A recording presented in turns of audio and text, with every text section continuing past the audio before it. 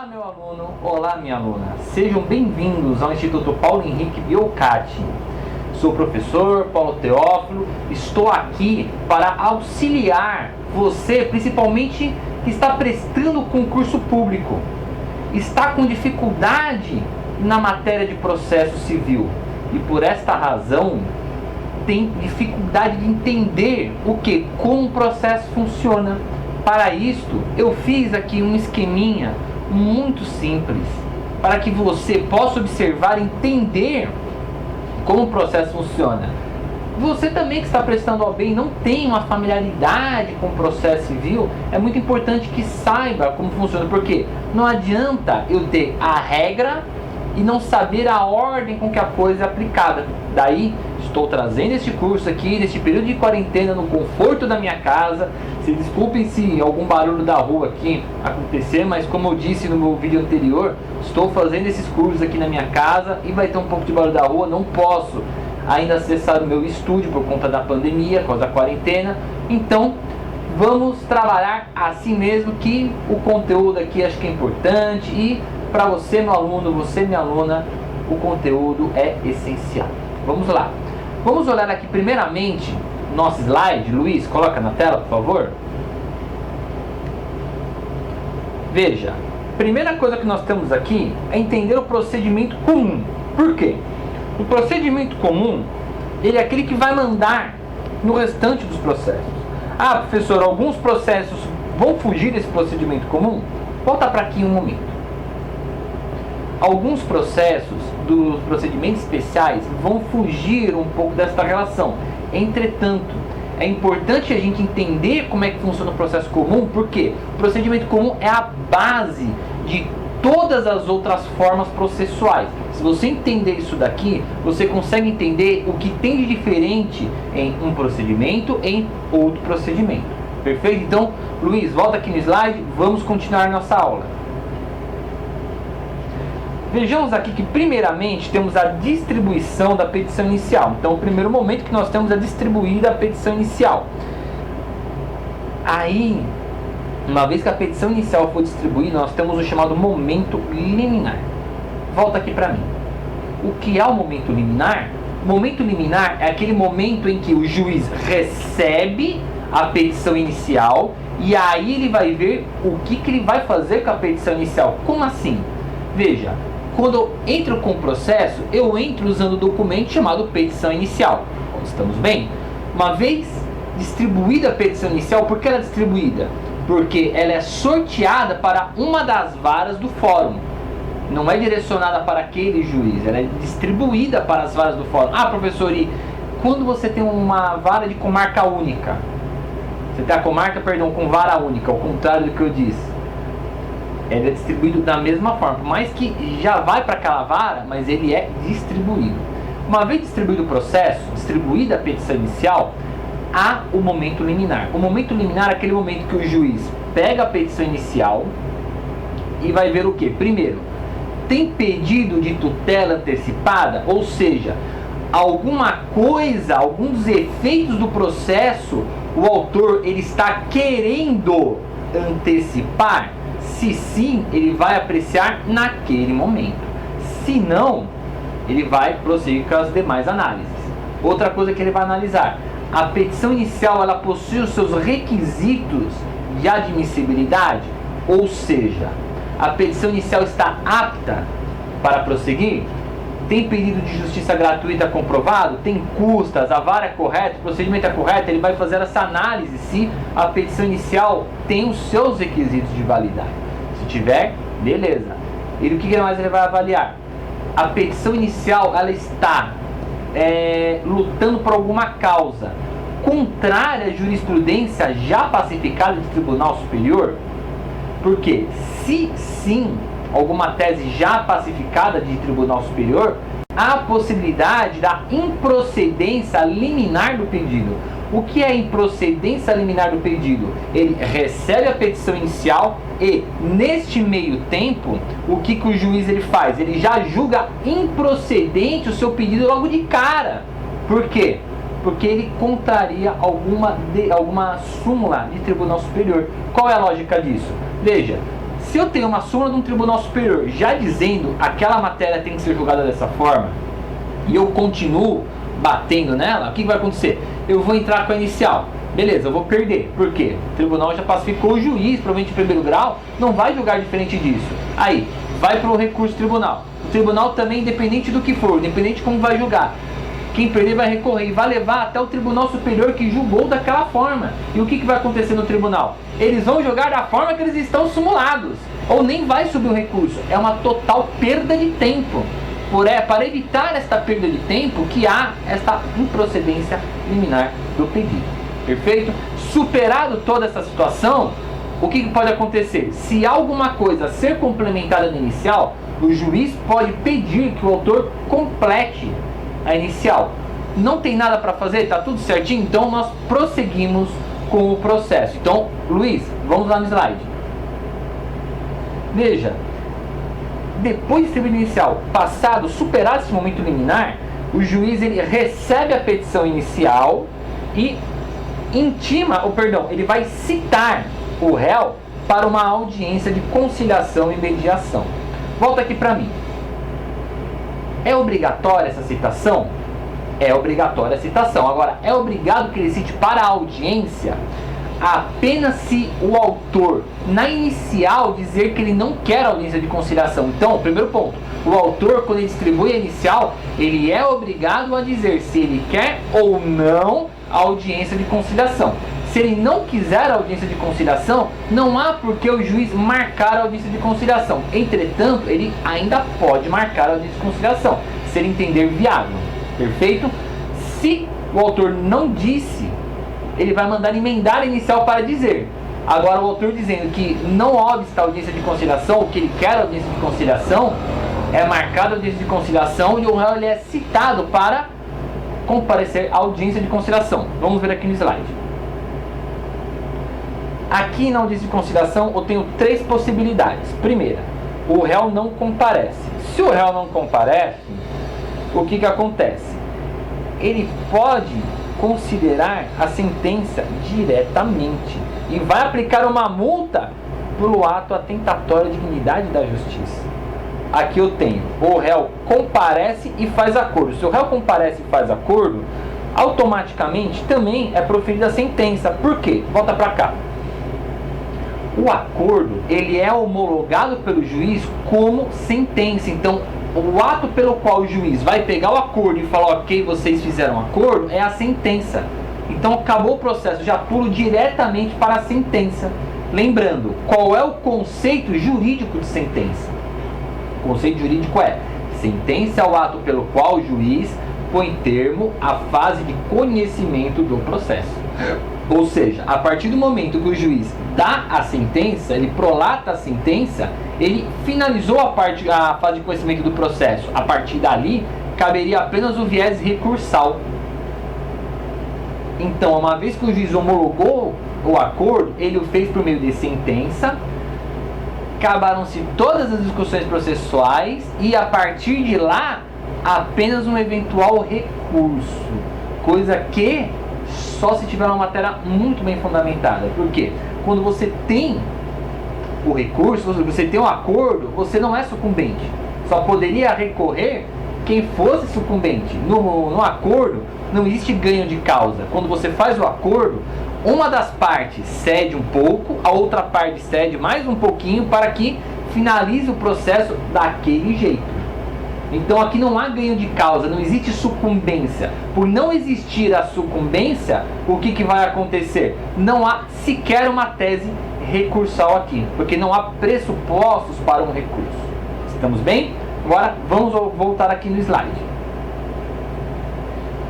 Terceira opção, o réu comparece, porém ele não concilia. Se ele comparece e não apresenta acordo, veja, o réu ele não é obrigado a apresentar proposta de acordo no processo. Se ele não concilia, eu tenho duas possibilidades. Por quê? A partir daqui aparece o prazo para a apresentação de defesa. Então, quais são as minhas possibilidades? Ou ele vai apresentar defesa ou ele não vai apresentar defesa. Volta aqui para mim. A partir da audiência de conciliação, não feito o acordo, abre-se o prazo para contestação, 15 dias. É possível que antes da audiência de conciliação, o réu ele já peticione dizendo que ele não tem interesse na audiência de conciliação. Aqui, realmente, não haverá audiência de conciliação e automaticamente abre-se-á prazo para a contestação. Aqui as minhas duas situações são: ou o réu vai contestar ou o réu não vai contestar. Se o réu não contestar, surge a famosa e chamada revelia. A revelia é a falta de contestação, a não apresentação de contestação, não apresentação de defesa. O réu não impugna os fatos trazidos pelo autor e, por esta razão, considera-se verdadeiros todos os fatos alegados pelo autor. Este é o fenômeno jurídico da revelia. Agora, uma vez que não há a apresentação de defesa, o juiz ele decreta a revelia e já passa para a sentença automaticamente. Veja, a revelia significa que o juiz vai dar total procedência à ação? Não. Isso porque a revelia significa os fatos lá narrados pelo autor são verdadeiros. Não significa dizer que as matérias de direito trazidas pelo autor são passíveis deste entendimento. O direito quem diz é o juiz. Logo, o juiz ele tem que acatar os fatos trazidos pelo autor, entretanto, o direito é ele que vai avaliar, ok? Agora, se ele apresentar a defesa, aí vamos abrir novos procedimentos. Voltamos ao slide. Quando há apresentação de defesa, pensamos a necessidade de audiência para a produção de provas. Quando o réu, ele fala algum fato na defesa que é extintivo, modificativo ou extintivo do direito do autor, impeditivo, do direito do autor, ou alega preliminares, o juiz ele vai abrir vistas para o autor falar sobre a contestação. A partir de então, é aberto o prazo para a réplica. Daí, ele vai sanear o processo, ou seja, o juiz ele vai verificar quais são os pontos controvertidos, se há necessidade de produção de provas e se vai, de fato, produzir provas, como que ele vai fazer essa produção, se vai marcar audiência, se não vai marcar audiência. Veja, a audiência, volta aqui para mim. A audiência de instrução, ela serve apenas para a colheita de prova oral, ou seja, oitiva de testemunhas ou oitiva das partes. Para que serve a oitiva das partes? Para confirmar fatos? Não. Para tentar extrair a pena de confissão. Eu só ouço a parte contrária. Veja, eu nunca, jamais poderei pedir a oitiva do meu cliente. Eu só peço a oitiva da parte contrária, certo? Pedindo a oitiva da parte contrária, por que eu faço isso? Porque eu quero extrair a pena de confissão da parte contrária. Então, é para isso que serve. Eu só vou pedir a oitiva da parte contrária, nunca do meu cliente, para tentar extrair a confissão dele. Então, muitas vezes acontece numa audiência do cliente sentar, falar tudo aquilo que eu já falei no inicial e falar: você provou tudo, você não provou nada, você só confirmou o que eu já tinha dito. O problema seria se você falasse algo ao contrário do que eu tinha dito na minha inicial. Estamos bem?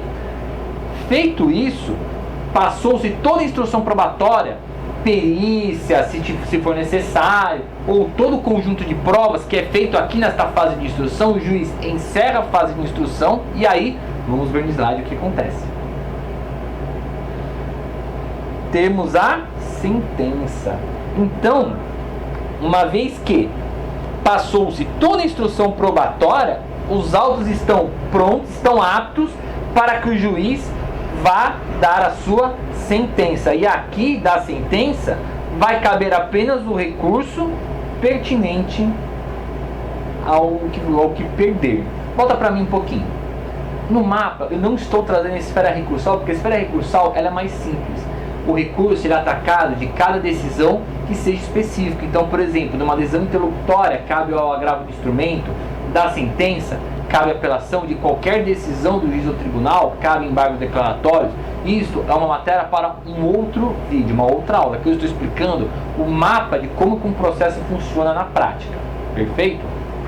A partir daqui, o juiz deu a sentença, vamos iniciar a fase recursal, ou seja, vamos apenas ingressar com recurso de apelação. Agora, passado-se tudo isso, há uma outra também dúvida de muitos alunos meus, como que isso aqui é no juizado especial, porque o juizado especial é totalmente diferente, ele é mais célere. Portanto, vamos ver aqui no próximo slide como que funciona isso no juizado especial. Vamos lá. Aqui no juizado especial, ele é mais simples, porque o procedimento do juizado é distribuir o processo, automaticamente a audiência de conciliação ela é obrigatória. Então, marca-se a audiência de conciliação. É inadmissível o advogado pedir no juizado especial que não quer audiência de conciliação. É obrigatório do procedimento. A Lei 9.099/95 diz isso como obrigatório. Eu estou endossando isso para não sair da cabeça do aluno. Então, esta audiência vai ocorrer. A partir daí, a audiência de instrução e julgamento. Se tiver acordo, a gente volta a mesma coisa do outro slide. Veja, volta aqui para mim. O acordo ele é homologado por sentença. Então, se na audiência de conciliação for feito o acordo é homologado por sentença e acabou o processo. Agora, se não há o acordo, alguns juízes, se não há uma necessidade de prova oral, isso são alguns juízes, eles não marcam a audiência de instrução, dão prazo para que o réu apresente defesa e já trazem conclusos para a sentença. Entretanto, isso é uma prática que alguns juízes estão fazendo por questão da celeridade processual. Vamos ver como que na lei tem que ser feito. Volta no slide. Passou a audiência de conciliação. Não houve o acordo, o juiz já vai marcar a audiência de instrução e julgamento, porque ele vai ouvir as partes, ou ele pode simplesmente olhar para a cara de todo mundo. A apresentação de defesa é na audiência de instrução, vai receber a defesa, passar para a oitiva do autor, mostrar para o advogado do autor e vai prolatar a sentença na audiência de instrução. E a partir daqui apenas começaremos a fase recursal. Volta para mim. Então vejam que no juizado especial é muito mais simples, ele é muito mais fácil o procedimento. Por quê? Todos os atos são feitos de forma oral. Eu posso apresentar a minha defesa de forma oral na audiência de instrução. É possível isso. Como também inicial pode ser oral.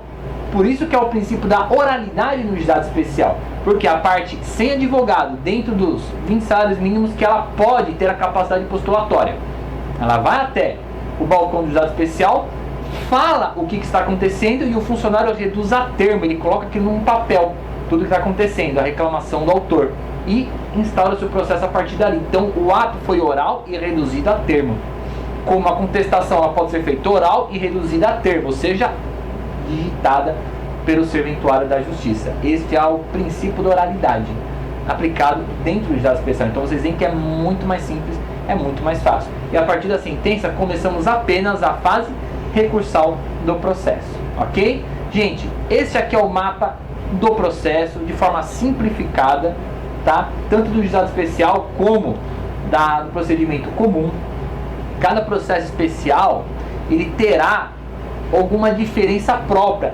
No entanto, todos os processos vão começar com inicial, com momento liminar, citação. Aqui, uma coisa que vai mudar, às vezes a citação é só para contestação, não para audiência de conciliação.